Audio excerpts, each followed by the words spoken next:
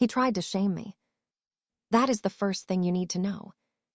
Not because it was surprising, not because it was unexpected, but because he thought it would work. Robert stood there, in the center of that sterile, fluorescent-lit courtroom in downtown Hartford, Connecticut, and he looked at me with eyes that hadn't changed in 30 years. They were still the same flat, calculating gray stones I had stared into across a breakfast table for 2 decades, trying to find a flicker of warmth, trying to find a reason to stay, trying to find the man I thought I married before the money, before the power, before the coldness set in. He thought he could break me. He thought that by dragging me into this probate hearing, by exposing old letters, by twisting the narrative of our divorce until it sounded like I was the villain, the greedy ex-wife, the woman who couldn't let go, he could strip me bare in front of the judge, in front of his new wife, in front of our children, and in front of the few friends who had remained loyal to him out of fear or obligation. He didn't know. He had no idea. And that is the secret I am whispering to you right now, leaning in close so no one else can hear, because the truth of what happened in that room is not about the law. It is not about the inheritance of Thomas's estate. It is about the moment a man realizes that the ground beneath his feet has already turned to ash, and he is the only one who hasn't noticed he is falling. Sit with me. Imagine the air in that room. It smelled of floor wax and old paper and the faint, metallic tang of anxiety sweat. It was a Tuesday morning in late October. The rain was hammering against the high, narrow windows of the Superior Court, a relentless, drumming rhythm that seemed to sync with the beating of my own heart. I was wearing a navy blue suit, simple, tailored, nothing flashy. I had chosen it carefully. I wanted to look invisible. I wanted to look like the woman Robert remembered. Quiet, compliant, the one who made the coffee and stayed in the background while he built his empire of real estate developments across the tri-state area. Robert, on the other hand, was dressed for a performance. His suit was Italian dark charcoal, expensive enough to feed a family for a year. His tie was silk, a deep crimson that screamed authority. He stood with his hands clasped behind his back, rocking slightly on his heels, a habit he had when he was about to deliver a blow he thought was fatal. He looked at the judge, Judge Harrison, a woman in her 60s with silver hair pulled back in a severe bun and eyes that missed nothing. Robert's lawyer, a young man named David with slicked back hair and a voice too smooth for his own good, was just finishing his opening statement. He was painting a picture of me as a predator. He was talking about undue influence. He was talking about how I had insinuated myself into the life of Thomas, a billionaire widower I had met 5 years after my divorce from Robert, and how I had manipulated a grieving, elderly man into changing his will just months before his death. The words hung in the air, heavy and toxic. Manipulation. Predation. Greed. I felt the eyes of the gallery on me. There were maybe 10 people sitting on the wooden benches behind the railing. Robert's sister, Susan, was there, clutching her purse so tightly her knuckles were white. She wouldn't look at me. She never could look me in the eye after the divorce, mostly because she knew what Robert was really like, and her silence was a betrayal all its own. There was Robert's current wife, Elaine, a woman 20 years his junior, wearing sunglasses indoors, pretending she wasn't terrified that this whole mess would tarnish the image of perfection Robert worked so hard to project. And then there were my children, Mark and Sarah. They sat in the front row, looking down at their laps. Mark, my son, was fiddling with a pen, clicking it over and over again. Click, click, click. The sound was like a tiny gunshot in the quiet room. He was angry, not at Robert, though he should have been. He was angry at me. Robert had spent months calling him, whispering poison into his ear, telling him that I was going to take everything, that I was going to leave him and Sarah with nothing, that their father's legacy was being stolen by a gold digger.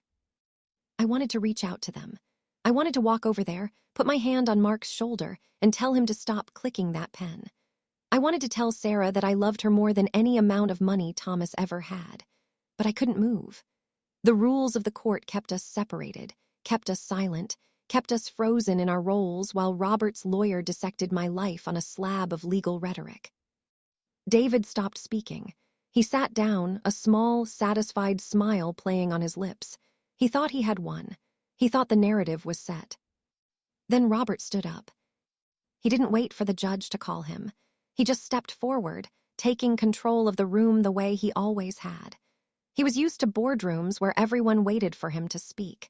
He was used to town halls where he could bully a zoning board into giving him what he wanted. He thought this courtroom was just another stage. "Your Honor," Robert said, his voice booming, filling the space. "We are here today because of a tragedy, not just the tragic loss of Mr. Thomas, a man I never had the pleasure of meeting, though I have heard things, but the tragedy of a woman who lost her way. My former wife, Margaret, was always fragile. She needed protection. I protected her for 25 years. I gave her a home. I gave her a status she could never have achieved on her own. And when I finally asked for a divorce, when I finally sought happiness with Elaine, she couldn't handle it. She couldn't handle being ordinary again." He paused, letting the words sink in. "She went out into the world alone, vulnerable, and she found a target, an old, wealthy man, and she did what she does best. She played the part. She played the caring nurse, the attentive companion, the lonely widow looking for connection. And she reeled him in. And now she stands here expecting to inherit hundreds of millions of dollars, while my children, our asterisk children, are left to wonder why their mother chose a stranger over her own blood." The room was so quiet you could hear the rain sliding down the glass. I felt a chill run down my spine, but it wasn't fear. It was something colder. It was pity. Robert was digging his own grave, and he was using a shovel made of his own arrogance. He didn't know who Thomas was. He didn't know what Thomas had seen in me. He didn't know that Thomas had been a shark long before Robert was even born, a man who had built a shipping empire from nothing, a man who could smell a liar from a mile away. Thomas hadn't been manipulated. Thomas had been the one doing the choosing. But Robert didn't know that. Robert thought he was shamming me. He thought he was exposing me. "Margaret," Robert said, turning to face me directly. His eyes were hard, devoid of any memory of the nights we spent worrying about mortgage payments, the times I held him when his father died, the years I sacrificed my own dreams so he could go to law school, so he could start his firm. "Look at you, hiding behind that quiet demeanor. You think if you say nothing, the truth won't come out. You think the judge won't see what you are." He took a step closer to the railing, invading my space, trying to intimidate me the way he used to in our kitchen, looming over me while I washed dishes, telling me I was lucky to have him, telling me no one else would ever want a woman like me. "You are a user, Margaret," he spat the word out. "You used me, and then you used Thomas, and now you are trying to use the court system to steal what isn't yours. You have no shame. You have no conscience. You are exactly what I always warned everyone you would become if left to your own devices." The tension in the room spiked. I could feel Susan shifting in her seat. I could see Elaine adjusting her sunglasses, uncomfortable with the venom in her husband's voice. Even the bailiff, a large man named Officer Miller who had been standing stoically by the door, shifted his weight, his hand resting near his belt, ready to intervene if things got physical. Judge Harrison cleared her throat. It was a soft sound, but it cut through Robert's rant like a knife. "Mr. Sterling," she said, her voice calm but firm, "please address the court, not your former wife. You are making allegations. You will have the opportunity to present evidence, but personal attacks will not be tolerated." Robert flinched just slightly. He wasn't used to being corrected. He smoothed his tie, regaining his composure. "Apologies, Your Honor, I am just passionate about protecting my family, about protecting the truth." "The truth," Judge Harrison repeated, testing the word. "Yes, that is what we are here for. Mr. Sterling, your counsel has filed a motion to contest the validity of the last will and testament of Thomas Blackwood, citing undue influence by the beneficiary, Mrs. Margaret Sterling. Is that correct?" "Yes, Your Honor," David, the lawyer, answered quickly, standing up again. "We believe that Mrs. Sterling exerted improper pressure on Mr. Blackwood during a time of extreme vulnerability. We have medical records suggesting Mr. Blackwood's cognitive state was declining in his final months. We have testimony from household staff suggesting Mrs. Sterling isolated him from his other friends and advisors. And we have the sheer improbability of the bequest itself. Mr. Blackwood leaves 90% of his estate, valued at approximately $1.2 billion, to a woman he knew for only 6 years, disinheriting his own foundation and distant relatives. A gasp rippled through the small crowd. $1.2 billion. Even saying it out loud felt strange. It was a number that didn't feel real. It was a number that belonged to movies, to fantasy, not to a woman who had spent her life clipping coupons and driving a 10-year-old Honda. Robert saw the reaction. He saw the shock on the faces of the people in the gallery. He smiled again, a tight, triumphant expression. He thought he had them. He thought the sheer size of the number would make me look guilty by default. Who else but a manipulator could get $1 billion? Your Honor, David continued, warming to his theme. It defies logic. It defies human nature. Unless, of course, there was coercion. Unless Mrs. Sterling threatened him. Unless she promised him things she couldn't deliver. We intend to prove that this will is a fraud, a document forged in the shadows of deception. He sat down. The ball was in my court now. My lawyer, a woman named Patricia who had been with me since the beginning of this nightmare, stood up. Patricia was different from David. She didn't wear flashy suits. She wore glasses that slid down her nose, and she carried a stack of files that looked heavy enough to anchor a ship. She was quiet, methodical, and terrifyingly competent. Your Honor, Patricia said, her voice low and steady. Mrs. Sterling denies all allegations of undue influence. Mrs. Sterling loved Thomas Blackwood, and Thomas Blackwood loved Mrs. Sterling. Their relationship was genuine, consensual, and deeply cherished by both parties. As for the validity of the will, we have extensive documentation, including video testimony from Mr. Blackwood himself, recorded just 3 days before his passing, in which he lucidly, clearly, and enthusiastically explains his reasons for his bequest. Robert's head snapped toward Patricia. Video testimony, he blurted out. There was no video testimony mentioned in the discovery. It was sealed until this hearing, Mr. Sterling, Patricia said coolly. At the request of Mr. Blackwood's primary attorney, who wanted to ensure it was viewed in the proper context, a context of truth. Robert looked at me, and for the first time I saw a crack in his armor, a flicker of uncertainty. He hadn't expected a video. He had expected to rely on rumors, on innuendo, on the general assumption that a woman like me couldn't possibly be loved by a man like Thomas without an ulterior motive. We request to view this video immediately, David said, standing up again, looking rattled. Granted, Judge Harrison said. Let us proceed. The lights in the courtroom dimmed slightly. A large monitor on the wall flickered to life. I closed my eyes for a second. I couldn't watch. Not yet. Seeing Thomas again, even on a screen, was going to hurt. It was going to bring back the smell of his pipe tobacco, the sound of his laugh, the way he used to hold my hand when we walked through his garden in Greenwich, talking about everything and nothing, talking about the stars, talking about the mistakes we had both made in our lives, and how we didn't have time to make any more. When I opened my eyes, Thomas was on the screen. He was sitting in his library in that big leather chair he loved so much. He looked thin, yes. The cancer had taken a toll on him in those final weeks, but his eyes were bright, sharp, alive. He was wearing a sweater vest and holding a glass of water. He looked directly into the camera, and it felt like he was looking right at me, right through the screen, past the courtroom, past the years. My name is Thomas Blackwood, he said, his voice raspy but strong. Today is October 12th. I am of sound mind and body, despite what my doctors might tell you about my prognosis. I am recording this statement to clarify my last will and testament, specifically regarding my friend, my partner, my love, Margaret Sterling. Robert shifted in his seat. He was leaning forward, squinting at the screen, trying to find a sign of confusion, a slur in the speech, anything he could use. I have known many people in my life, Thomas continued. I have done business with kings and paupers. I have been lied to, cheated, and betrayed more times than I can count. People have always wanted something from me. My money, my connections, my name. It is a lonely thing to be wealthy. It acts as a filter, you see. It keeps the genuine people away, and it attracts the vultures. He paused, taking a sip of water. But Margaret was different. When I met her, she didn't know who I was, not really. She thought I was just a retired man living in a big house. She brought me soup when I had the flu. She sat with me when my daughter called to tell me she wouldn't be coming for Christmas. She listened.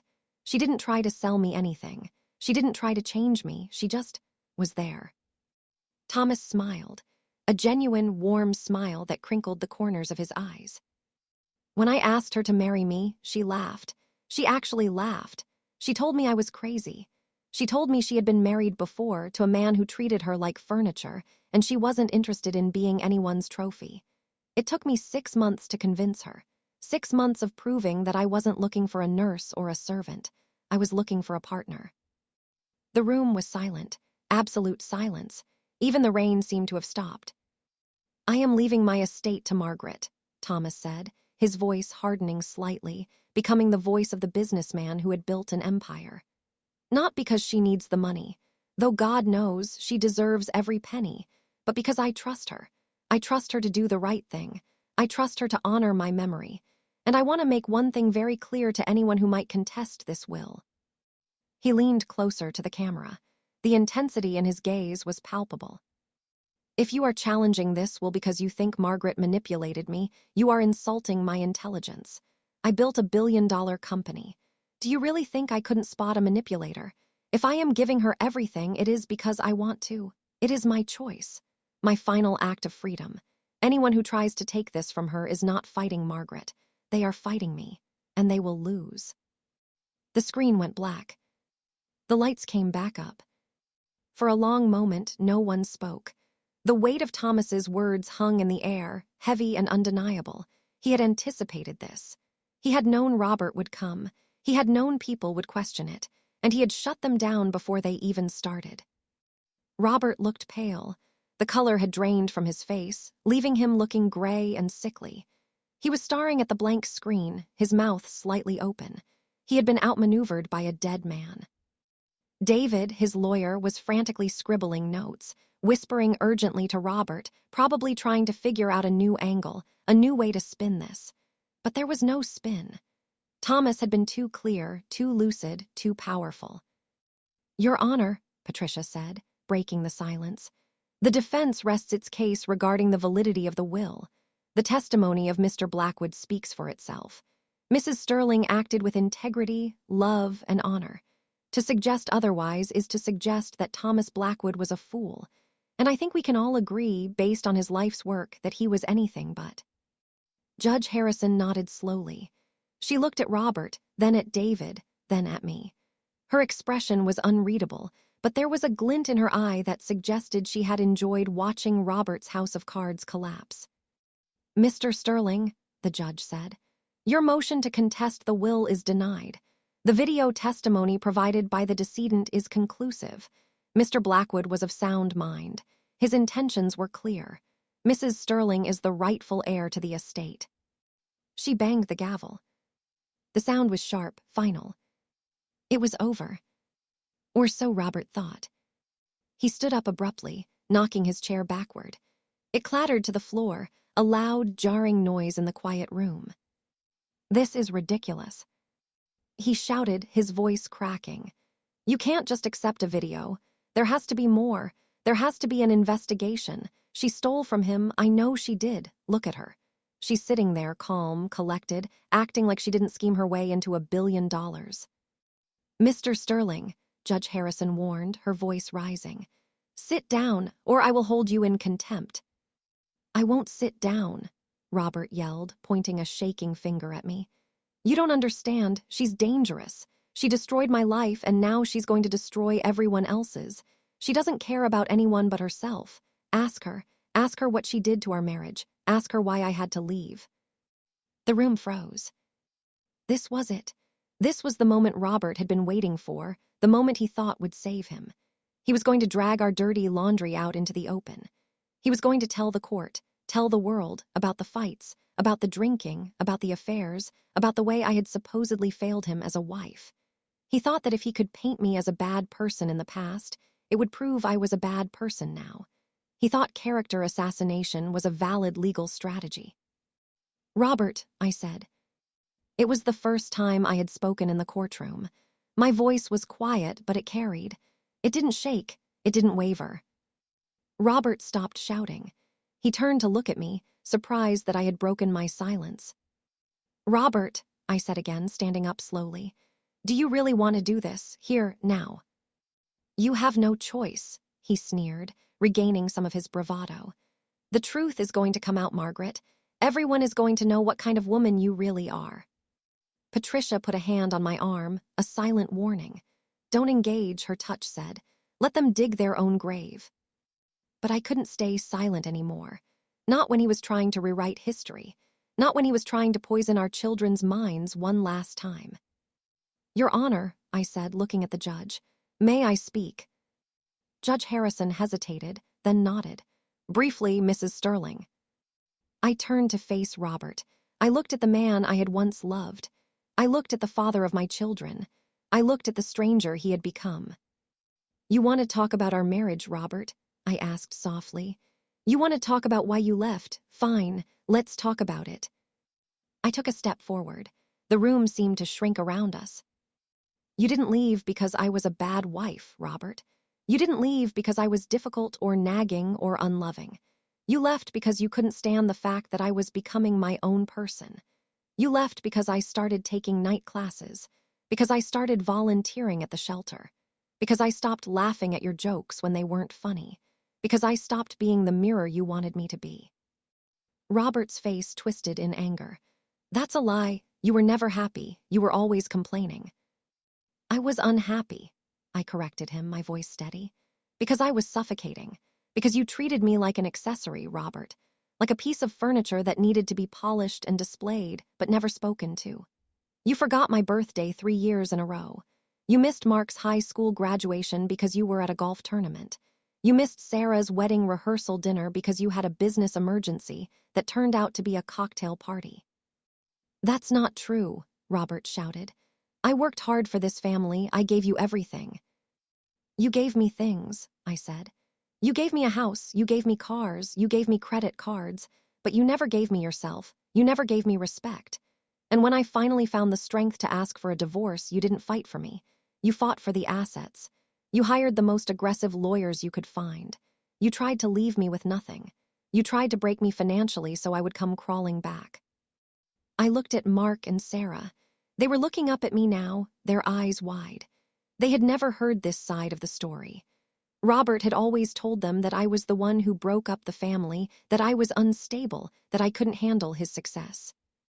"Ask your father," I said to them, my voice trembling slightly now, not from fear, but from the release of years of pent-up pain. "Ask him why he hid money in offshore accounts during our divorce. Ask him why he tried to forge my signature on the deed to the lake house.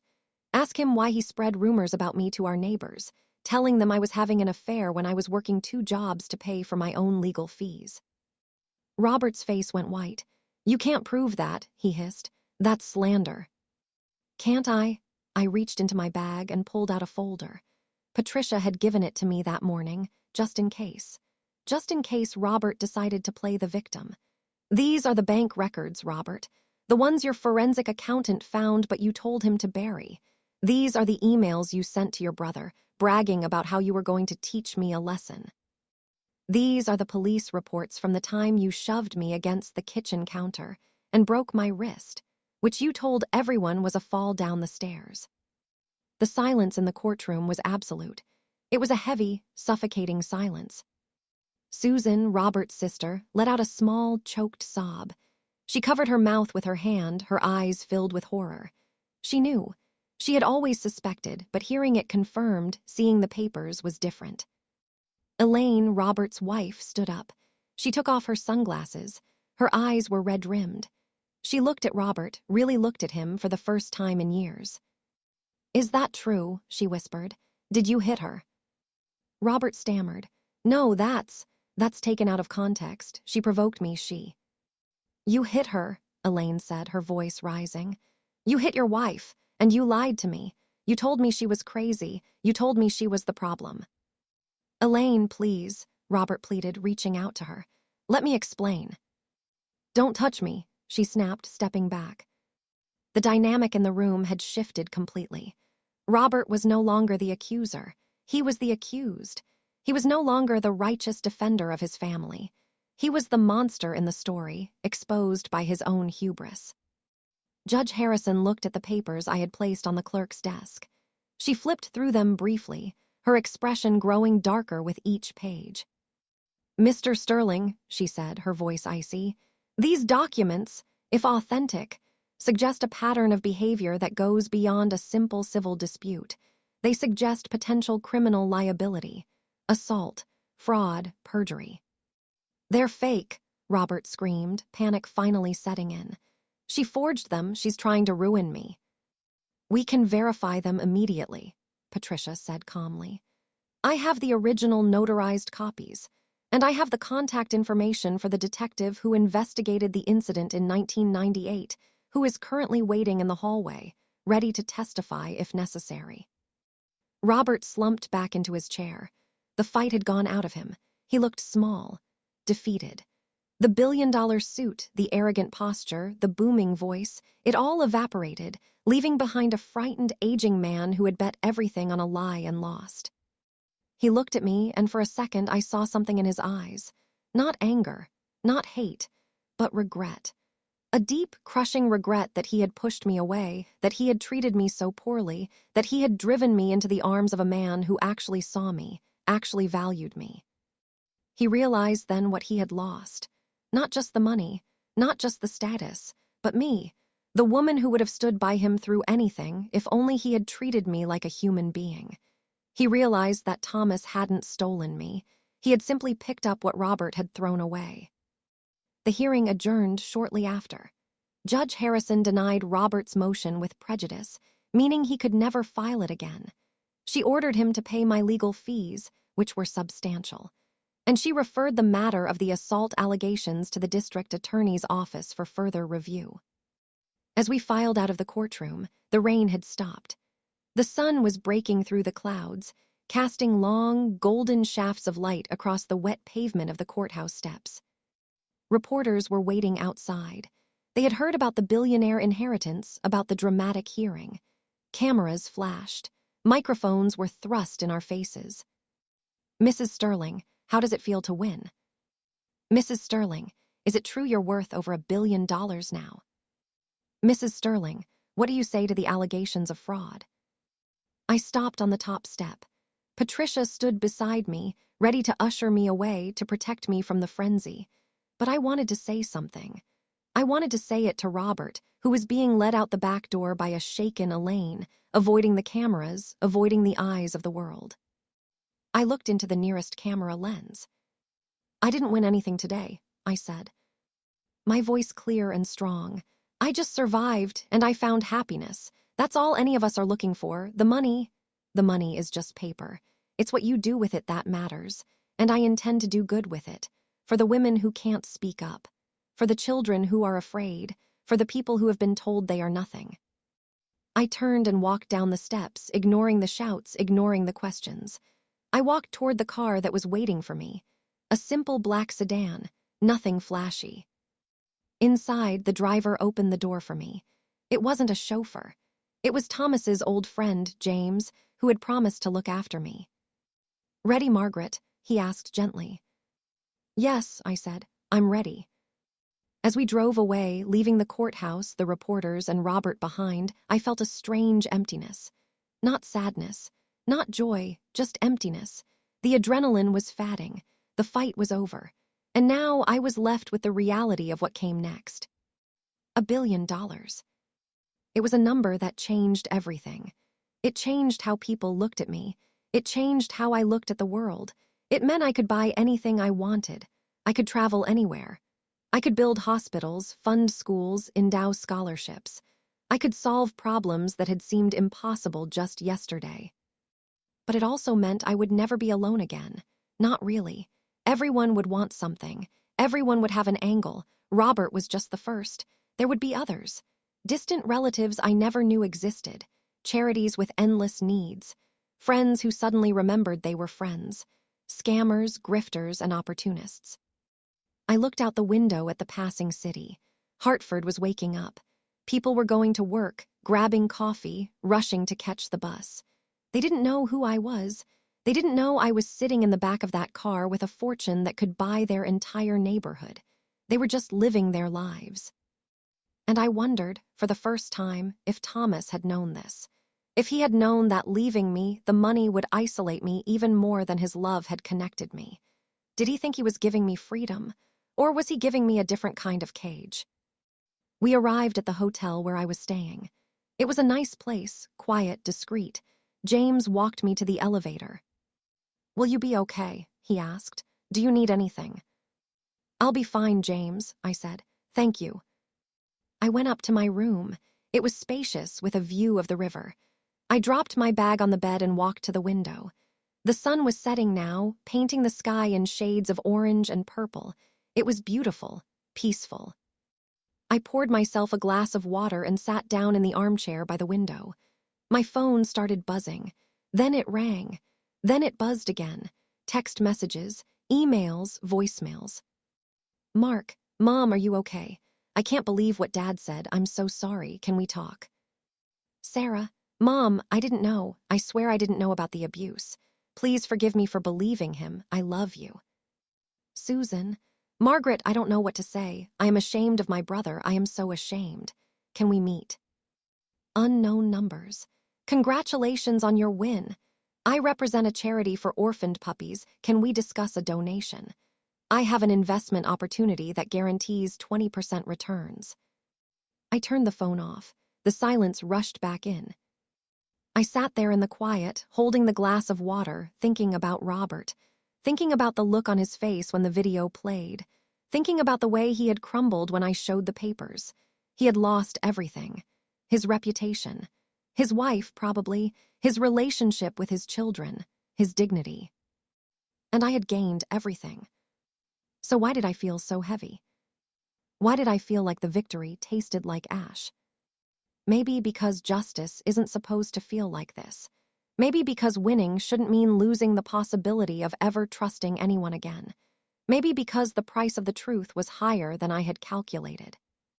I thought about Thomas. I wished he was here, not for the money, not for the power, just to sit with me, to hold my hand, to tell me that it was going to be okay, to tell me that I wasn't alone. But he wasn't here. He was gone.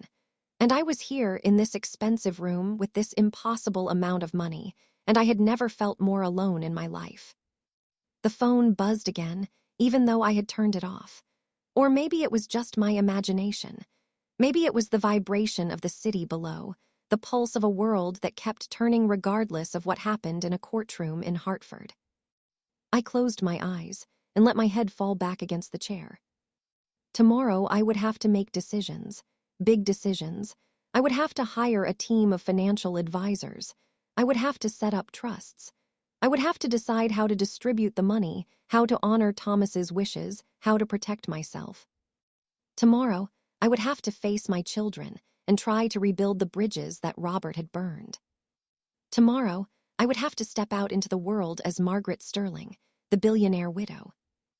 But tonight I was just Margaret, the woman who had survived, the woman who had been shamed and had risen, the woman who had loved and lost and loved again.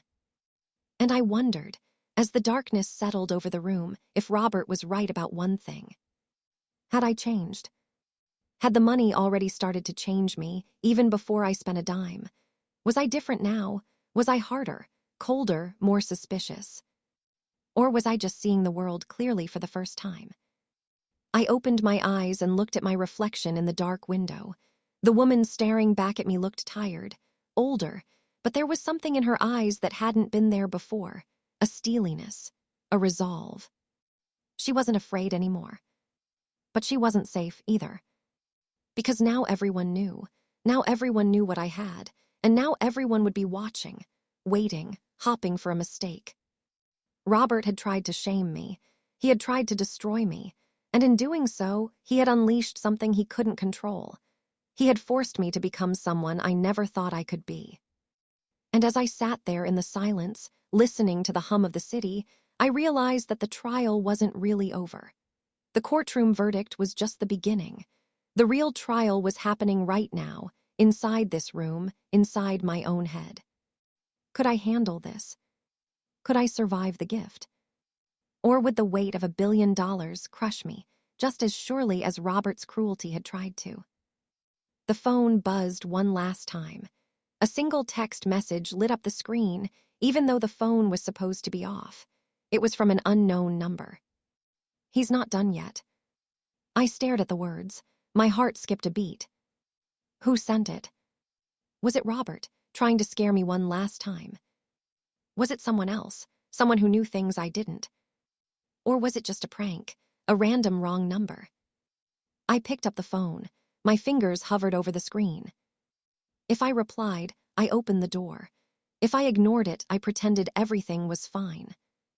But nothing was fine. Nothing would ever be fine again. The rain started again outside, tapping against the window, a rhythmic, insistent sound. Like a warning, like a countdown. I looked at the message again. He's not done yet. Who was he? Robert. Or someone worse. Someone who had been watching from the shadows, waiting for Robert to make his move, waiting for me to let my guard down. Thomas had trusted me. He had left me everything. But had he known about this? Had he known that there were other players in this game, other people who wanted what he had? I stood up and walked to the door. I locked it. Then I checked the lock again. Then I dragged the chair over and wedged it under the handle. Paranoia, maybe.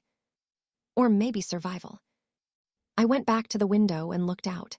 The street below was dark, illuminated only by the street lamps and the headlights of passing cars. I scanned the shadows, looking for movement, looking for anything out of place. Nothing, just the rain, just the city. But I knew that something had shifted, the balance had tipped, and I was standing on the edge. Robert had tried to shame me. He thought that was the end of the story. He thought that by exposing my past, he could define my future. But he was wrong. The story wasn't over. It had just entered a new chapter, a darker chapter, a more dangerous chapter. And I was the only one who knew it. I sat back down in the chair, pulling my knees up to my chest, wrapping my arms around them. I felt small, vulnerable, just like Robert had said I was. But I wasn't weak. I had survived Robert. I had survived the courtroom. I had survived the loss of Thomas. I could survive this too. Whatever this was. The phone buzzed again. Another message. Look behind you. I froze. My breath caught in my throat. Slowly, terrifyingly slowly, I turned my head. The room was empty. The door was locked. The chair was wedged.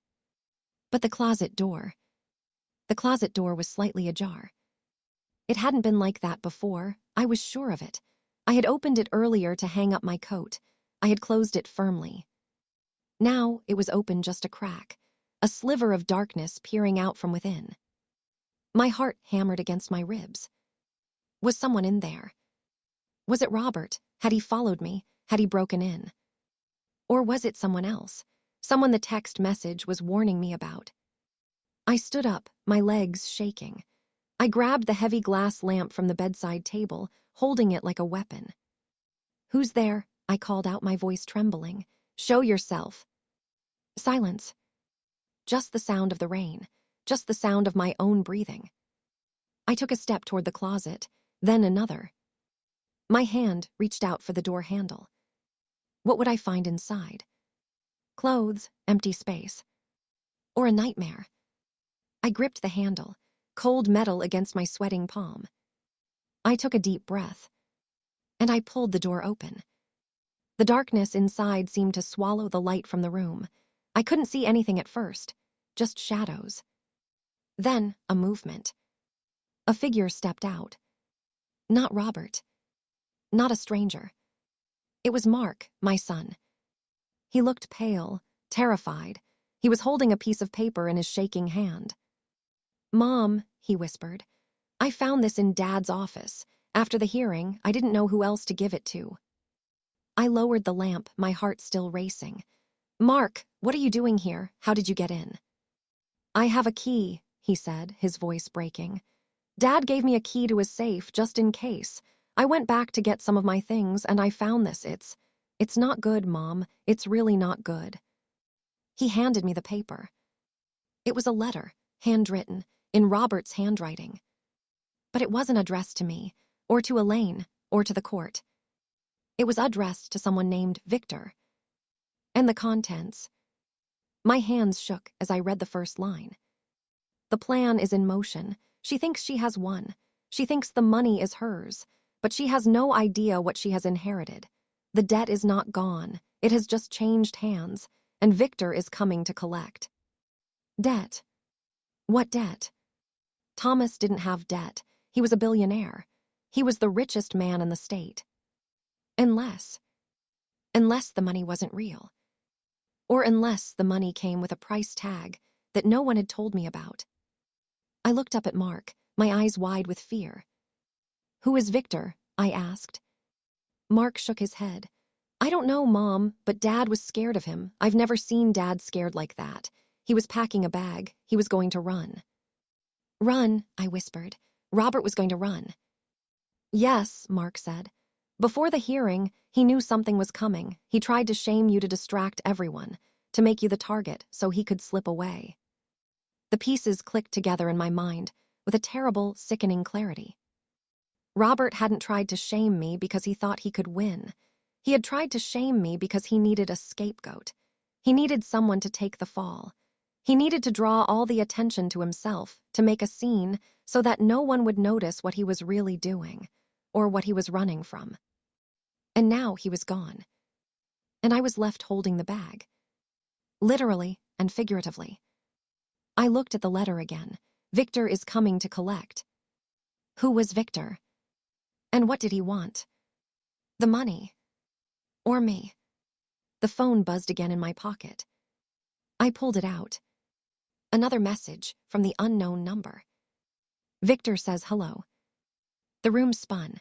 The walls seemed to close in. I was trapped. Trapped in a hotel room. Trapped with $1 billion I might not be able to keep. Trapped with a son who was terrified. Trapped with a ghost from Robert's past that was now my present.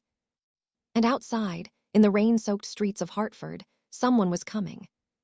Someone named Victor. I looked at Mark. "We have to go," I said. "Now." "Where?" he asked. "Where can we go?" I didn't know.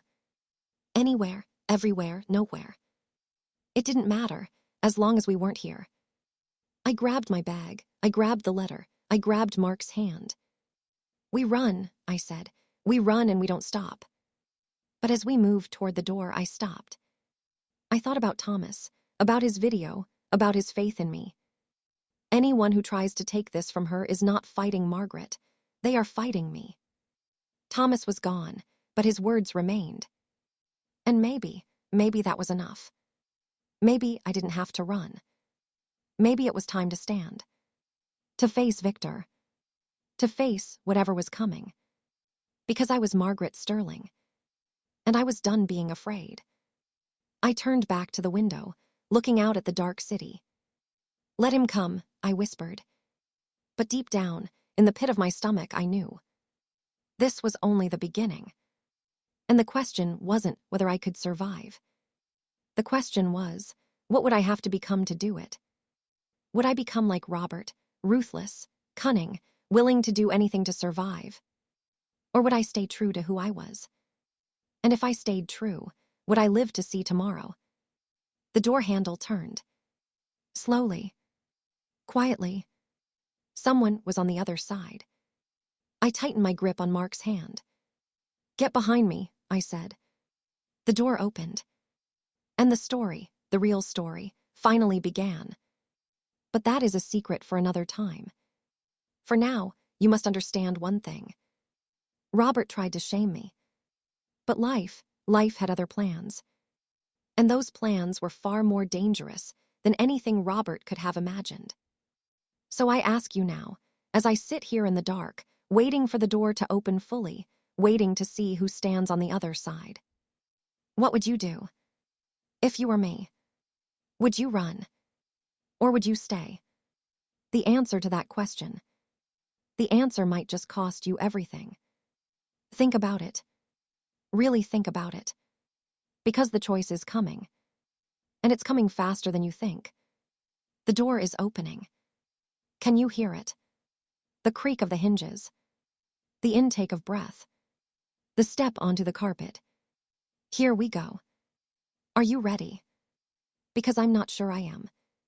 But I have to be. Don't I? That's the thing about survival. You don't get to choose when it starts. You only get to choose how it ends. And I'm not ready to end yet. Not by a long shot. So bring it on, Victor. Bring it all on. I'm waiting. And this time I'm not alone. Or am I? Is Mark really my son? Or is he part of the trap? The letter said Robert was scared. But what if Robert was lying? What if this is all a game? A game I'm already losing. The figure in the doorway steps forward. The light catches his face. It's not Victor. It's not Robert. No. It can't be. But it is. And now everything changes. Again. Because in this life, in this world of money and power and secrets, nothing is ever what it seems. And the only person you can truly trust is yourself. But can you trust yourself when the stakes are this high? When the cost is this steep? When the shadow is this long? I guess we're about to find out. Aren't we? The figure speaks. One word. Just one word. And the world tilts on its axis. What did he say? Does it matter? Maybe. Maybe not. But you'll never know unless you listen. Unless you stay. Unless you face the music. So stay with me. Just a little longer. The night is young. And the story is far from over. In fact, it's just getting interesting. Isn't it? Tell me, what do you think happens next? Do I win? Do I lose? Or do I just survive? The answer is in the silence. Can you hear it? The silence between the heartbeats. The silence before the storm. The silence of a woman who has nothing left to lose. That's me. That's Margaret. And this is my life now. Take a good look. Because you might be next. You never know. You just never know. So keep your eyes open. Keep your ears peeled. And remember, he tried to shame me. But he forgot one thing. I've already survived the worst thing he could do. What else is there? What else could possibly happen? Wait. Don't answer that. Because the answer is walking through the door right now. And it's smiling. Why is it smiling? That's the question. That's the only question that matters. Why? Why smile when the world is burning? Unless you started the fire. Did I? Did I start the fire? Or did Thomas? Or Robert? Or is the fire just inevitable? Like gravity? Like death? Like money? It pulls you in. It consumes you. And when it's done, all that's left is ash. And me. Standing in the ashes. Still standing. Still breathing. Still fighting. Is that enough? Is standing enough? Or do you have to win? And what does winning even mean anymore? Does anyone know? Does anyone care? I don't know. I really don't. But I'm about to find out. Aren't I? We all are. Every single one of us. We're all just waiting for our turn. Waiting for the door to open. Waiting for the name to be called. Waiting for the verdict. And when it comes, when it finally comes, will you be ready? Will I? Only time will tell. And time is the one thing we don't have. So make it count. Make every second count. Because you never know when the clock stops. You never know when the music ends. You never know when the door opens. And who is standing there? Smiling. Waiting. Ready? Are you? I'm asking you. Are you ready? Because I'm not. But I have to be. Don't I? That's the joke. That's the punchline. You're never ready. You just have to go anyway. You just have to step into the dark. And hope. Hope that there's a light on the other side. Or hope that you can make your own. Which is it? Can you make your own light? Or are you dependent on the stars? On the luck? On the whims of a billionaire dead man? I don't know. I guess I'll find out. Won't I? We all will.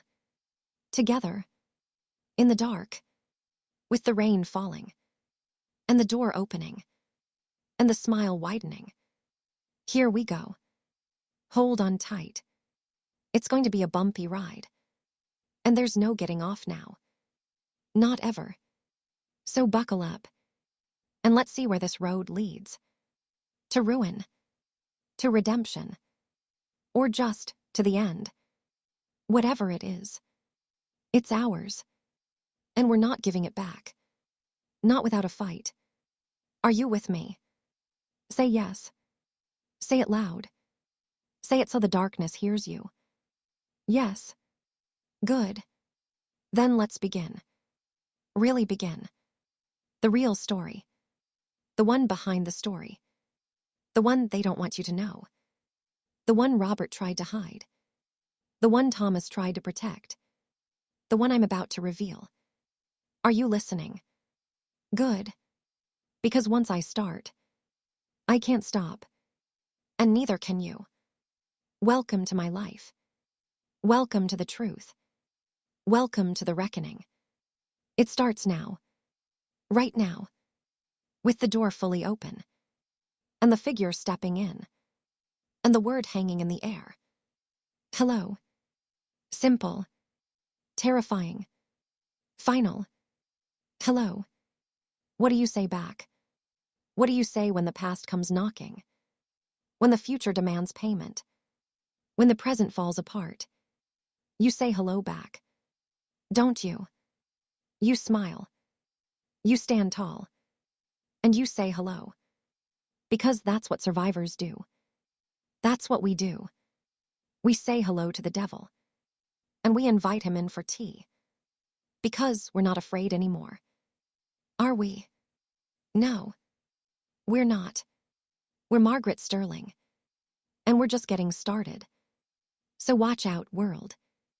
Watch out, Victor. Watch out, Robert. Because the woman you tried to break, she's stronger than you ever knew. And she's coming for everything. Starting with the truth. Starting with you. Starting now. Are you ready? I am. Let's go.